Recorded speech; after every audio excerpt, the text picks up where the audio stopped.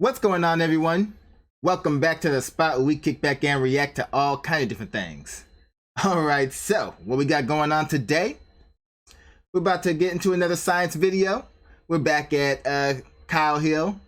So this one right here is called What If You Put Your Head in a Particle Accelerator? My first question being is, why would you even do that in the first place? But then again, the Darwin Awards is a book series, so there's somebody out there who would. Alright, so let's go ahead and get into this, find out what would happen to you if you were that dumb. Let's go. On the day of the accident, the only things standing between Anatoly Burgosky's brain and a beam of protons traveling close to the speed of light were a lock and a light bulb. Anatoly Petrovich Burgosky was an employee of the Protevinsky Institute of High Energy Physics, the beating heart of the science town of Protvino, outside of Moscow, Russia. And in 1978, Anatoly, a 36-year-old particle physicist, was one of the scientists working with the largest Russian atom smasher. The U-70 synchrotron, which lurks below Protvino and magnetically accelerates protons in a 1.5-kilometer-long circular tube completely evacuated of air to just 1 kilometer per hour below the fastest speed in the universe. On June 3rd of that year, a series of simple mistakes would answer a question that no one asked. What would artificially accelerated protons carrying 70 billion electron volts of energy do when they pass through a human brain? You hear that accident, right? So just like I said, the Darwin Awards is a book series. We're about to hear about a Darwin incident right here. Wow. This is the true story of Anatoly Burgosky's personal Chernobyl.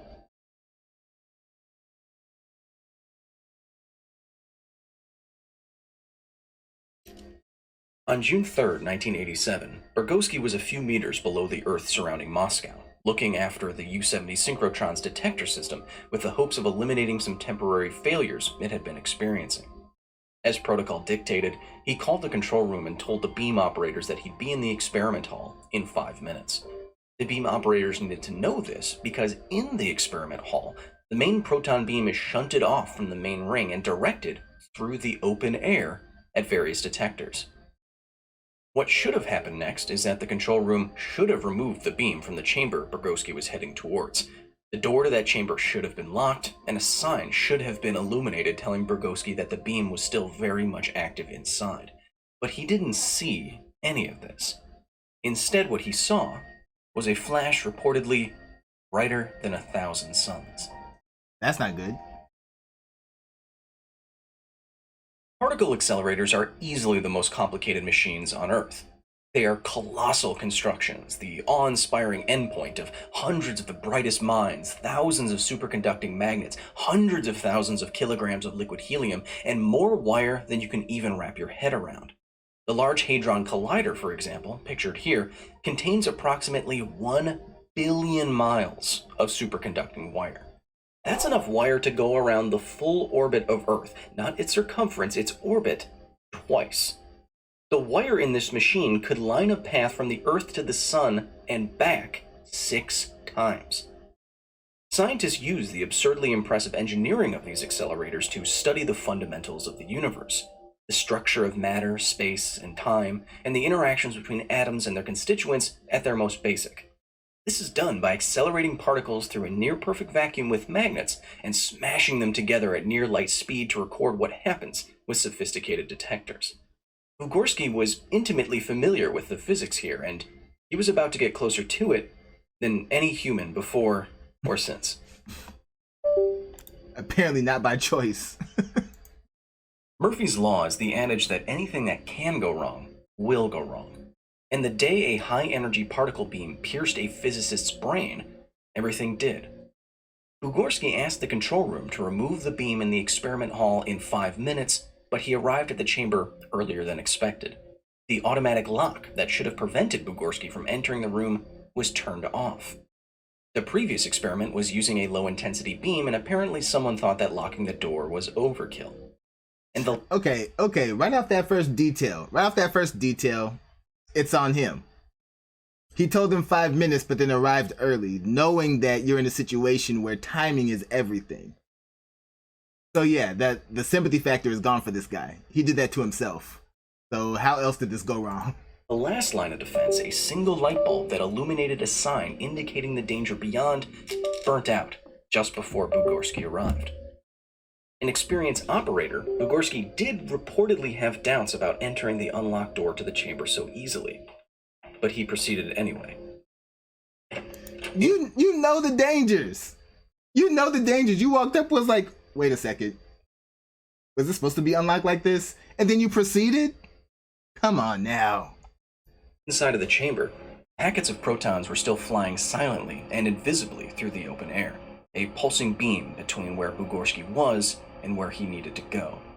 And so when he bent down to check the instruments, as he had done many times before, Bugorsky was instantly blinded when his head intercepted a particle beam humming with many trillions of protons moving at nearly 300 million meters per second. The subatomic particles, each carrying 70 billion electron volts of energy, effortlessly passed through Bugorsky's brain, skin, and skull. According to a later report, he felt no pain. I'm pretty sure he didn't. Incredibly, the physicist wasn't instantly killed, as you may expect, but after he saw 1,000 suns, Bugorsky knew he was in serious trouble. Anatoly calmly finished his work in the chamber, logged the... Brings a whole new meaning to seeing the light, right? He saw the light before he saw the light. Oh, wow. Visit in a journal, as usual, and then, without saying a word to anyone about the accident, went home. The next morning, after a night of worrying symptoms, Bugorsky was brought before doctors and dosimetrists. Wait. The left side of his head... You just went home? You didn't think of having yourself checked out? He did it to himself. I'm sorry, he did it to himself. Come on now. This has got to be like one of the most reckless scientists I've ever heard of. Like, you gave them a time and arrived early. Yet you walked in realizing at first that it was too easy to walk into that moment, but you just ignored that. Then got blasted through your brain and you went home to the next day. Come on now. Come on now. His head was swollen. Translating from the official case history, Anatoly's doctors immediately calculated the dose he had received. Quote, an intense beam of high-energy protons with a transverse size of 2 by 3 millimeters passed along the trajectory. Occipital region of the head, mediobasal regions of the left temporal region, pyramid of the left temporal bone, bony labyrinth of the middle ear, tympanic cavity, jaw fossa, tissues of the left wing of the nose. The radiation dose at the entrance is 200,000 Roentgens. At the exit, it is more due to scattering on the material, 300,000 Roentgens. In theory, the dose of ionizing radiation that is 100% lethal is just 1,000 Roentgens, 300 times less than what had been apparently absorbed by Anatoly's brain. The magnitude of these numbers begs the question, why didn't he die that day? When you hear a value like 70 billion electron volts, it's a way of quantifying the kinetic energy of particles, the energy of motion. And if particles with kinetic energy suddenly start encountering a medium other than vacuum, they will interact and lose some of that energy. In a biological material like your body, this deposited energy is going into ionizing your atoms, breaking up molecules, creating heat, and otherwise smashing nanoscale structures. Enough of this damage will eventually end any Translation, wreaking havoc on your brain. living thing through the creation of cancer or the initiation of widespread organ failure. And so, particles entering a medium bump into matter and lose energy. As kinetic energy is the energy of motion, these many interactions will, as the particle proceeds, slow the particle down and eventually stop it. And where a certain particle will stop is not a mystery to nuclear physicists. It's something that can be calculated. For example, alpha particles pushing through the air at a defined energy will stop after only a few centimeters. This is due to the stopping power of air. Stopping power is a measure of the ability of a material to slow down energetic particles that travel in its interior. Understanding stopping power is very important in nuclear physics, but this knowledge can be practical too. It has recently given us a new way to fight the cancers that ionization can sometimes cause. When a high-energy massive particle like a proton moves through matter, it will lose energy, as we said, but more specifically, its energy will diminish in inverse proportion to its velocity squared. Therefore, a proton will deposit the majority of its energy in a material right before it stops. This is what nuclear physicists call the Bragg peak. And if scientists know how much an energy a particle will lose and where it will be lost, then in theory a particle beam could be directed to enter a material and disrupt or destroy only a certain volume of that material. Well, this is exactly what so-called particle therapy does. Heavy particles from a small accelerator are pointed at a person's body and lose almost all of their energy at a calculated distance inside and no further. Particle therapy at its best can even pass through a person's skull to damage and destroy brain tumors non-invasively. Anatoly Burgoski's brain. All right, so there's a good way to use these, which is great. Too bad Effectively received the doesn't apply to most this guy. overpowered particle therapy session in human history. And so again, why didn't he die? The answer is the Bragg peak of the beam that he crossed and the stopping power of human flesh. For example, look at how far a beam of protons will travel through water, a similar density to human flesh, at an energy 300 times less than what Anatoly experienced. It's only around 25 centimeters or a foot. Your head is likely not even 25 centimeters in depth. Therefore, the protons in this graph would not dump all of their energy in your head. They'd pass right through it. And even more powerful beam's protons would then be able to travel even further before stopping. Anatoly's brain matter literally did not have the stopping power to bring the beam's high-energy protons to a stop and to create a Bragg peak inside of his skull. This is why Burgoski did not even come close to receiving the full dose that the U-70 synchrotron could theoretically deposit, and that is why the actual radiation dose was so small, nowhere near hundreds of thousands of Roentgens. That he crossed the beam in the way that he did, of course, was pure luck, as was the path the beam took through his face, missing critical brain areas and blood vessels. Still, the fraction of energy he did absorb was enough to change Burgoski's mind and body forever. I would probably say so.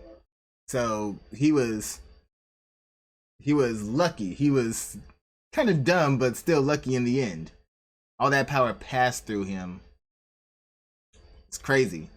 But how long did he last before he actually passed? When the doctors and scientists in Protvino first heard Burgoski's story, they didn't believe him. But the symptoms and the severity of the situation, an unprecedented accident involving the largest accelerator in the country, soon convinced them. Wait, the physicist how did they not believe him? Wasn't there like witnesses, the people who was there at the same place when it happened? I'm pretty sure you would think that everybody would have an account of this, and made a statement by now, right? No, they're just like, this happened. No, we don't believe it. Whisked away to Moscow to the 6th hospital inside the Ministry of Medium Machine building, which actually specialized in radiation injuries. After the meltdown of Chernobyl reactor number 4 in 1986, the world discovered via intense media coverage that such a hospital even existed. And according to an article published by the Ecological Truth organization in 1998, it had no shortage of patients. The hospital in Moscow treated the victims of accidents at nuclear reactors, both research and military, nuclear material production plants, and on nuclear submarines. But no one had seen a patient like Anatoly Burgoski before. Someone who just His took a direct face hit.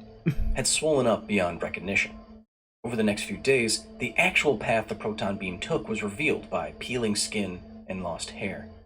Given this face value, few staff in the ICU thought Burgoski would live, including Angelina Guskova, a pioneer of radiation medicine in the USSR and the same woman who headed up the treatment of... Why'd you do that? You mentioned him, his face getting messed up. Did you put up that picture? I thought that was him. My bad. Oh, my bad.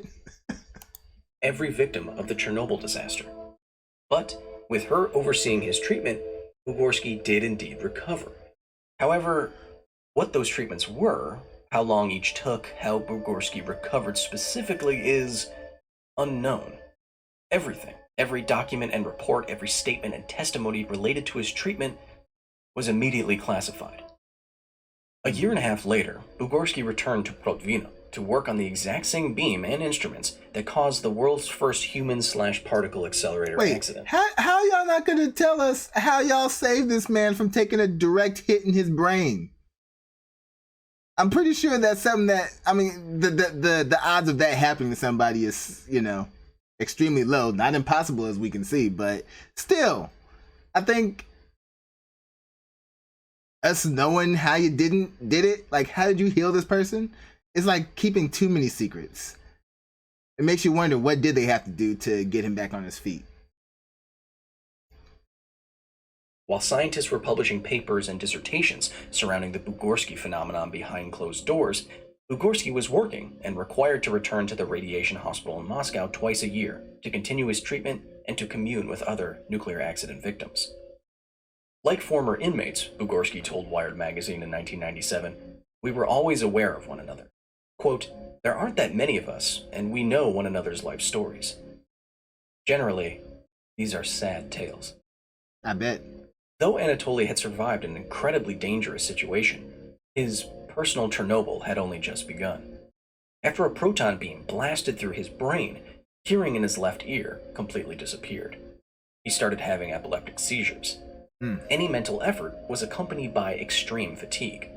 The nerves on the left side of his face were destroyed, freezing his expression in place there for the last 43 years. And when he concentrates, only half of his forehead wrinkles. Just destroyed his face. Crazy. But 43 years? So still, they was able to save him from death after getting blasted through the head with radiation. And he lasted 43 years? They need to let us know how they're doing this. The decades following Bugorsky's accident were not easy. Though the physicist was able to defend his PhD in 1980, which he prepared before the accident, obtaining the medicine and treatment he needed was a bureaucratic nightmare. In the Soviet Union, so-called radiation patients were only legally recognized after the Chernobyl disaster in 1986. This meant, again according to the Ecological Truth Organization in 1998, quote, the entire material side of the cost of treatment and other compensation for damage to the health of victims is somehow legally related to Chernobyl, end quote. Bugorsky therefore had the right to compensation and benefits established by the law of the Russian Federation for, quote, the social protection of citizens exposed to radiation as a result of the Chernobyl disaster. But of course, Bugorsky's health had nothing to do with the actual Chernobyl disaster. This confusion made him ineligible for the state insurance he was entitled to and badly needed. Officials apparently found it too difficult to understand or process this mini Chernobyl Bugorsky had been through. For a long time, they flat out refused to establish a new kind of disability group for him. And no group meant even more difficulty getting health benefits. That's what I can't stand about politics. It's like, okay, we're going to help out those who are affected by radiation, but only if you are affected by radiation in this very specific situation. Anybody else? No, we don't recognize you as victims of radiation poisoning. Nope, not you. If it didn't happen at this point in time, then it doesn't apply to you. And that's all just to save money. That's all just so they don't have to help somebody out, spend a little money on another citizen. I swear I can't stand politics. It's always the same. Thankfully, Anatoly wasn't completely alone in this battle against the red tape of the once red state.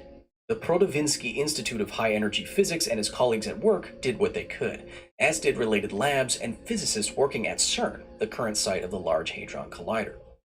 The well-known American entrepreneur and philanthropist George Soros even bypassed bureaucracy to establish a small grant for Bugorsky. By 1997, however, confusion around what benefits Bugorsky was actually entitled to from the state caught up with him. That year, a ban was placed on releasing more funds for Anatoly's continued treatment, which included insanely expensive drugs and examinations. The reason? The specific wording on the documentation for his radiation disease said nothing of his unique encounter with a particle accelerator or indicated that he was part of a select few with similar injuries. It simply said that Bugorsky had experienced an accident. Wow. Eligibility revoked. Wow. Again, why I can't stand politics. Y'all revoked the funding for his health care because somebody decided not to detail how it happened in whatever little report. So instead of going back to find out what the accident was in detail, it's just putting down the accident just makes him eligible. This is the kind of stuff. Everything else about this video was like either was like interesting or kind of funny, because like I said, it was how they messed up on this was like that was a Darwin moment, really. But this part really upsets me. The government doing everything they can not to help somebody just because they're cheap. Classic story that's been repeated too many times. He did not speak publicly about his accident for over a decade, but talking with Wired magazine in 1997, the year his health was put into his own hands, Anatoly Burgoski said that he would like to make himself available for study by Western scientists and presumably have his health looked after by them, but he admitted that he didn't have the money to leave the science town of Provino or leave the particle accelerator underneath that passed through his brain, like it was barely there. "I'm being tested," he said. "The human capacity for survival is being tested." Until next time.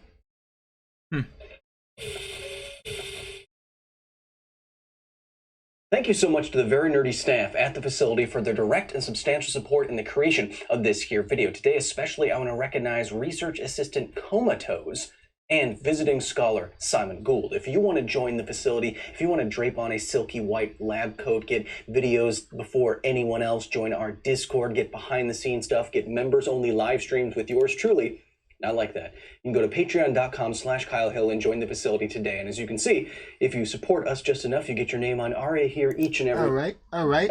So that was another good one. A crazy story. In the beginning, that was all him. Like I said, he messed up. But at the end, the way the government did him, that was foul. That was really foul. It was like anything just to not spend money. Just sweep it under the rug, act like the guy doesn't even exist. That's messed up. But that lets you know when you're working around sensitive equipment like that, make sure you have everything on point. There's very little room for mistakes in these labs, I swear. Be careful. All right. But all right, y'all. That's going to do it for that one. So y'all know what to do. Go down in the comment section. Let me know what y'all thought about this one.